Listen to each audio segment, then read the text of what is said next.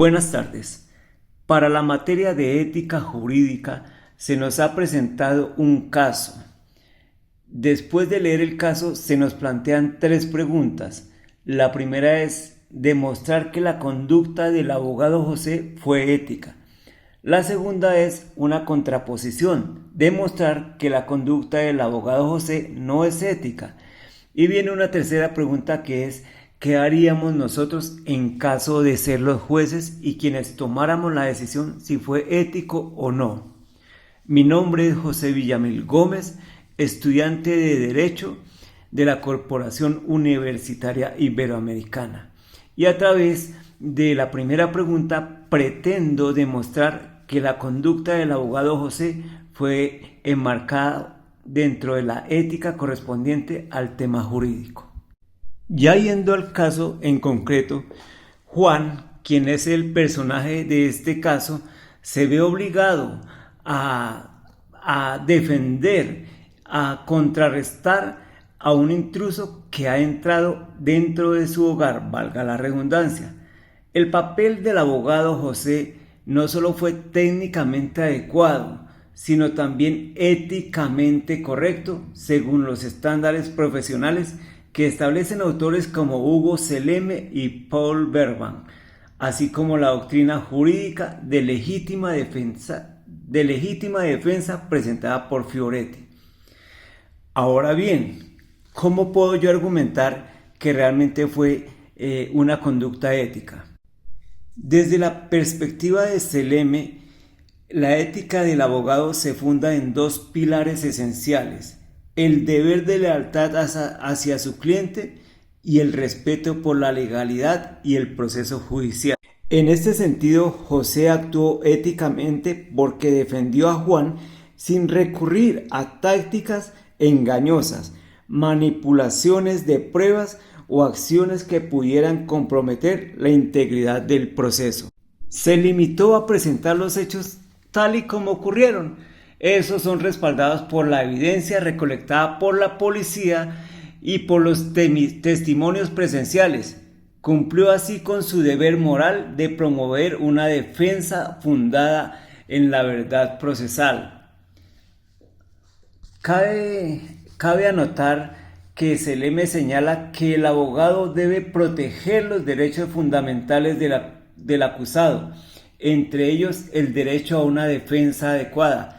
Recordemos que en la Constitución, esto está en el artículo 29, José garantizó que Juan no fuera criminalizado por una conducta, la defensa de su hogar y de su familia, y que el derecho penal reconoce como legítima. Esta actuación responde al principio ético de no abandonar a quien enfrenta el poder punitivo del Estado. En segundo lugar, si tomamos la perspectiva de Bergman, quien resalta la importancia de la defensa técnica y el rol del abogado en la dinámica del juicio oral, José actuó conforme al estándar profesional esperado, ni más ni menos. Según Bergman, el abogado penalista debe presentar los hechos con claridad, conducir un contrainterrogatorio honesto y destacar los elementos jurídicos favorables.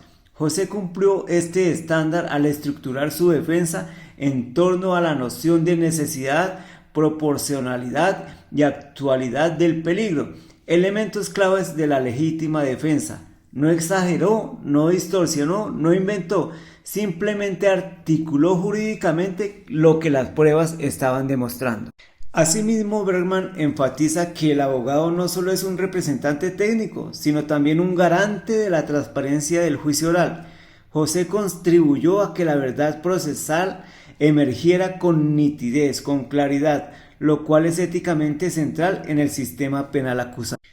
Por último, desde el punto de vista de la doctrina jurídica, especialmente según lo que analiza Fioretti, el comportamiento de Juan encaja dentro de los límites legales de la legítima defensa.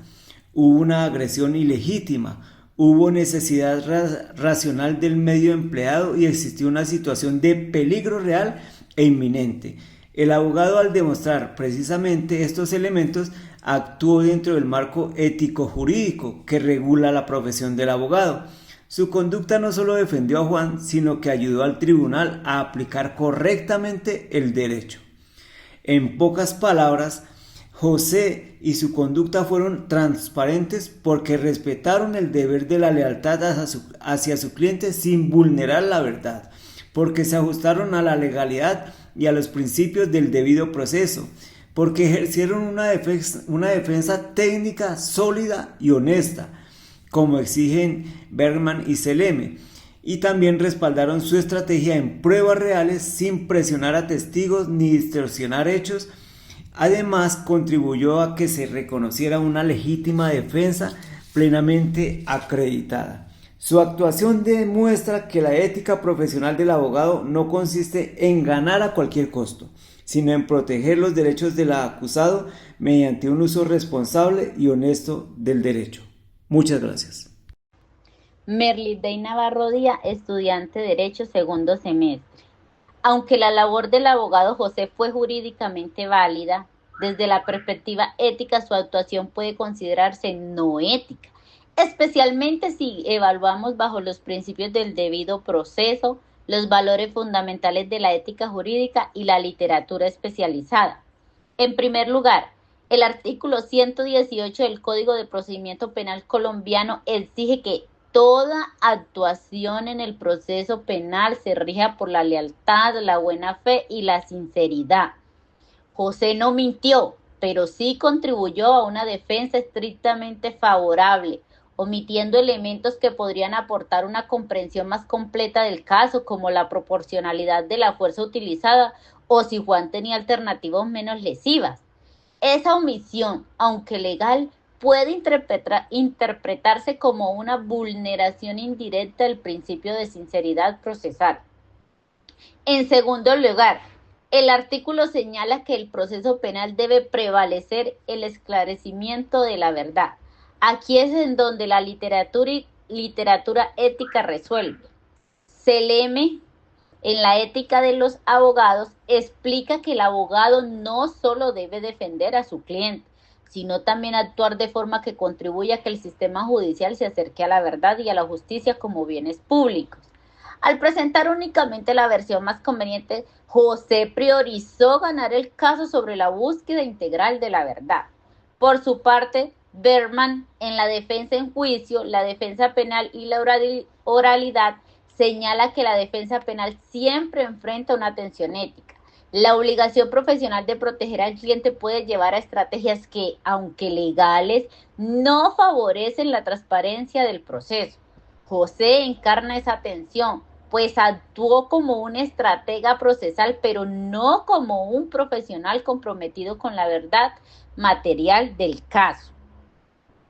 Además, si evaluamos su actuación a la luz de los valores de la ética jurídica, encontramos nuevas razones para cuestionarla. La honestidad implica presentar los hechos de manera completa, no selectiva. La integridad requiere actuar con coherencia moral, incluso cuando el sistema permite estrategias más ventajosas. La responsabilidad exige contar no solo con los intereses del cliente, sino también con el impacto de la defensa en la administración de justicia.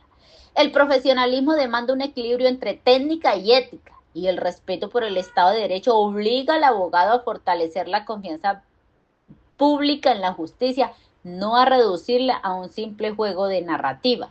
Por todas estas razones, aunque José logró un resultado favorable y actuó dentro de la legalidad, su gestión puede considerarse éticamente cuestionable. Mi nombre es Paola Corrales, estudiante de Derecho de la Corporación Universitaria Iberoamericana. En mi rol de juez y después de haber escuchado ambas posturas presentadas respecto a la conducta del abogado José dentro del caso de la legítima defensa, puedo afirmar que cada postura resalta enfoques distintos, pero igualmente importantes de la ética jurídica. Por un lado, tenemos el primer argumento que sostiene que el abogado José actuó dentro del marco ético al cumplir con pilares señalados por autores como Seleme y Bergman. La lealtad hacia su cliente, el respeto por la legalidad, la transparencia en la presentación de pruebas y el uso responsable del derecho penal para garantizar que Juan no fuera criminalizado por una conducta protegida jurídicamente. Esta postura destaca que José defendió derechos fundamentales y que permitió que el juez aplicara correctamente la figura de la legítima defensa.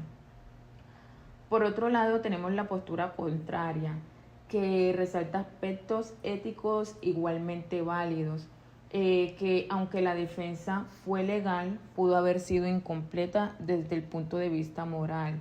Esta plantea que el abogado omitió elementos relevantes para el análisis integral del caso, como la proporcionalidad de la fuerza o la existencia de alternativas menos lesivas. Desde este punto de vista, José actuó de manera estratégica, pero no necesariamente orientada en el pleno esclarecimiento de la verdad, lo cual, según la ética profesional, también es un deber del abogado dentro del proceso penal. Entonces, luego de haber escuchado ambas posturas, mi decisión es la siguiente. La postura que sostiene que la conducta del abogado José fue ética resulta más sólida, porque esta postura estuvo fundamentada en el cumplimiento del deber profesional del defensor, en la protección de los derechos constitucionales de su cliente y en la actuación conforme a la legalidad y el debido proceso. No se evidenció manipulación, engaño o alteración en los hechos, y su actuación permitió que el tribunal llegara a la conclusión ajustada al derecho. Sin embargo, también reconozco el cuestionamiento planteado por la postura contraria, porque enriquecen el análisis y nos recuerdan que la ética jurídica nos exige ir más allá de lo estrictamente legal, pero aún así, dentro del marco del caso y conforme a los estándares profesionales, la actuación del abogado José puede considerarse ética. Muchas gracias.